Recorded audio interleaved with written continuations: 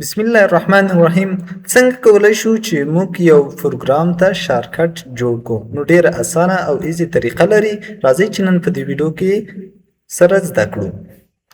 تاسو که چېرته غواړئ چې یو پروګرام ته شارټکټ جوړ کړئ نو دا ډېر ایزي ده. تاسو به چېرته راسئ غواړئ لومړی به دا هغه کوئ چې کوم پروګرام ته شارټکټ جوړئ. فرض که ورډ ته، ټیکټ ته، اکسل ته، پاور پوینټ ته، کوم یو ته ته وایئ چې زه ورډ ته جوړوم.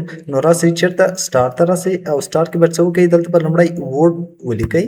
دلته به څه کې ورډ مو چې کله ولیکه په ده به څه کې رایټ کلیک وکړئ. رایټ کلیک مو چې وکړه اوپن فایل لوکیشن به کلیک کړئ. اوپن فایل لوکیشن نه به وروسته تاسو په همغه مربوطه پروګرامو باندې دلته به یو غټ پروګرامو لیست درکړي. نو تاسو به په خپل کوم پروګرام ته چې غواړئ شارټکټ جوړ کړئ هغه به انتخاب کړئ. په هغه به رایټ کلیک وکړئ. بیا یا که رایټ کلیک نه کوئ الټ انټر ووهئ دا به پراپرټیز ته لاړ شي. خو کله رایټ کلیک وکړئ بیا راسئ چېرته پراپرټیز ته. پراپرټیز ته چې کله راغلی نو تاسو دلته به مختلفې چې درکړي منوګانې درکړي. نو تاسو به څه کوئ شارټکټ منو ته به لاړ شئ. شارټکټ منو کې به دلته به څه وکړئ شارټکټ کې دا به انتخاب کړئ او ته به دلته هر یو حرف چې ته وغواړې ورکولی سې.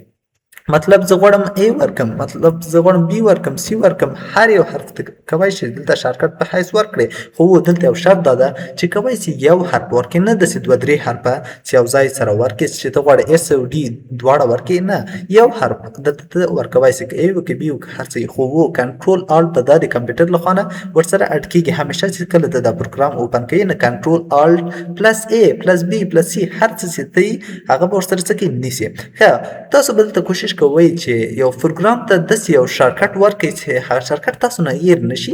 لکه د پروګرام د نوم سر، لکه ورډ پروګرام په څه باندې شروع شوی ده؟ په ډبلیو باندې. نو تاسو به څه کوئ دلته ډبلیو ورکوئ. فرق نه کوي که A ورکړئ B ورکړئ، هغه بیا هم وایم چې فرق نه کوي، خو زه ورکړم ډبلیو په دې خاطر چې له یاده مې ونه وځي. نو دلته مې ډبلیو ورکړه. کله چې ډبلیو ورکړه دا به څه کوي اوکې دی کوي او بیا به څه کوي کنټینیو کوي.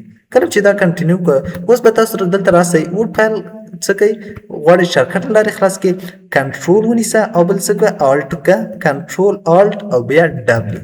کنټرول الټ ډبلیو ډایرکټ به څه سي ورډ پروګرام تاسو سره اوپن سي. نو دا و چې څنګه کولی شو یو پروګرام ته شارټکټ ورکړو. یو کس وایي چې زه غواړم یو بل پروګرام ته لکه اټوکیټ ته څنګه شارټکټ ورکړي. راسه دلته په سټارټ ته راسه او سټارټ کې څه وکړه دلته راسه ورته اټوکیټ ولیکه. اټوکیټ دا ده او په رایټ کلیک وکړه اوپن فایل لوکیشن ته راسه. اوپن فایل لوکیشن کې لوکیشن پیدا شو. رایټ کلیک وکړه او څه وکړې پراپرټیز ته راسه. پراپرټیز کې شارټکټ کې ورته ولیکه A ورکړه. کله چې A ورکړه دا څه وکړې اوکې کړه او کنټینیو کړه. زه اټوکیټ په دې خاطر A ورکوم چې لومړي سر کې A راځي او معنی نه هېرېږي. نو په دې خاطر باندې کوشش کوئ تاسو هم دا استفاده کوئ. اوس راځم کنټرول الټ A کلیک کړه ډایرکټ به څه وشي اټوکیټ پروګرام به موږ سره څه شي ران شي. چون دا انجینري سافټویر ده نو په دې خاطر لږ لوډینګ کوي او ورډ پروګرام خو ډېر ایزي د دومره حجم نه لري. نو نه غواړم چې دا پروګرام ما سره اوپن شي. نو دا موږ سره په دې ویډیو کې تاسو زده کړئ چې څنګه موږ کولی شو یو پروګرام ته شارټکټ ورکړو. که هغه هر پروګرام ته یا هر فولډر ته تاسو کولی شئ هغه پروګرام ته شارټکټ ورکړئ. نور نو په لوی الله تعالی سپارم. ښه وخت ښې چارې